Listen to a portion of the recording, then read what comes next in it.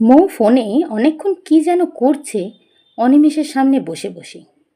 অনিমেষের চোখও ল্যাপটপের স্ক্রিনে আটকে। এটাও রোজগারের অভ্যেস। ক্লায়েন্ট মিটিং, প্রজেক্ট, ডেডলাইন এসব নিয়ে দিন দিন একদম ম্যারাথন স্পিডে দৌড়াচ্ছে। ওদিকে মৌ নিজের মতোই ব্যস্ত থাকে। কিন্তু অনিমেষ বাড়িতে থাকলে সে ল্যাপটপ নিয়ে থাকুক আর যাই হোক, মৌয়ের কথা অনর্গল চলতেই থাকে।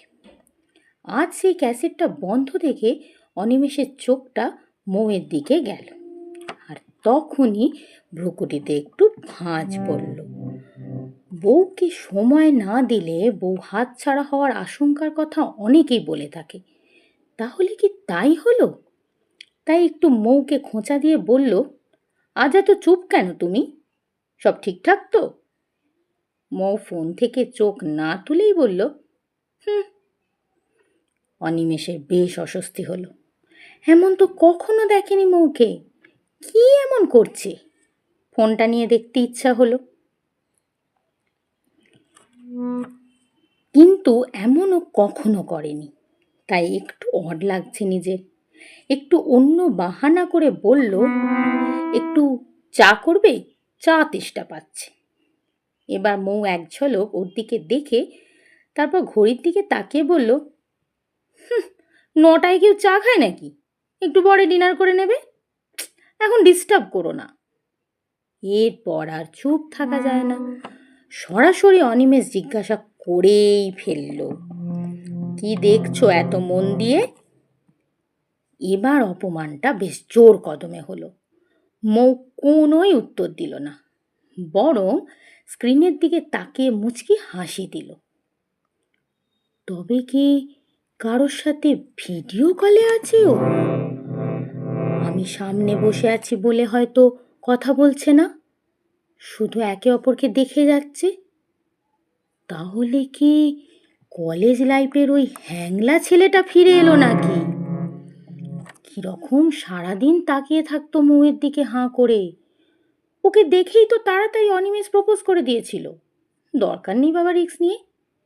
কিন্তু এখন হয়তো ওই ছেলেটাকেই সুযোগ করে দিয়েছে অনিমেষের এই ব্যস্ততা। না না, এভাবে আর ঠিক হচ্ছে না। এবার মোক্ষম অস্ত্র হাতে নিয়ে মৌকে বলল, আচ্ছা, তোমার মা যেন কবে আসবে বলেছিলে? এবার তো মৌ হায়েস্ট করে ফেলল। মুখে এক রাস বিরক্তি দেখিয়ে ওখান থেকে উঠেই চলে গেল। ছি ছি ছি, এত অপমান! কিছুক্ষণের জন্য অনিমেষ নিজের ল্যাপটপ, মিটিং সব কিছুর কথা ভুলে গেল। এখন শুধু মন কল্পনা করছে মৌয়ের স্ক্রিনে ঠিক কী থাকতে পারে। কি এমন গুরুত্বপূর্ণ বিষয় যা ওর গুরুত্ব কমিয়ে দিচ্ছে বউয়ের কাছে? না, অনিমেষ আর কিছুতেই মেনে নিতে পারছে না। কিন্তু সোজাসুজি জিজ্ঞাসা করতেও তো বেশ দ্বিধা লাগছে। মৌয়ের পার্সোনাল স্পেসেও কখনোই হস্তক্ষেপ করেনি। অবশ্য সেই কনফিডেন্সটা মৌয়ের জন্যেই এসেছে। অনিমেষ ভালো করেই জানতো মৌয়ের জীবনে ওর গুরুত্ব ঠিক কতটা। কিন্তু এমন উপেক্ষা পেয়ে বেশ গড়বড় লাগছে অনিমেষের।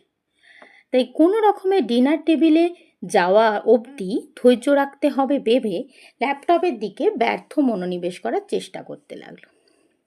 বেশ কিছুটা সময় কেটে গেল,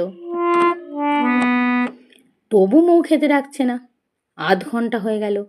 এবার অনিমেষ নিজেই উঠে গিয়ে ডাকলো, কি গো, খেতে দেবে না? তাতেও সাড়া নেই।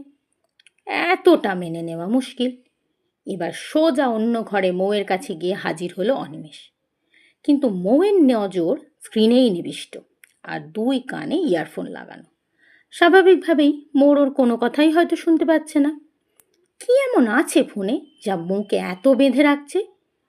কৌতূহল চেপে রাখতে না পেরে অনিমেষ সোজা গিয়ে ওর একটা ইয়ারফোন খুলে নিয়ে বলল, কি এত শুনছিস মন দিয়ে? আমার দিকে মনই নেই দেখছি।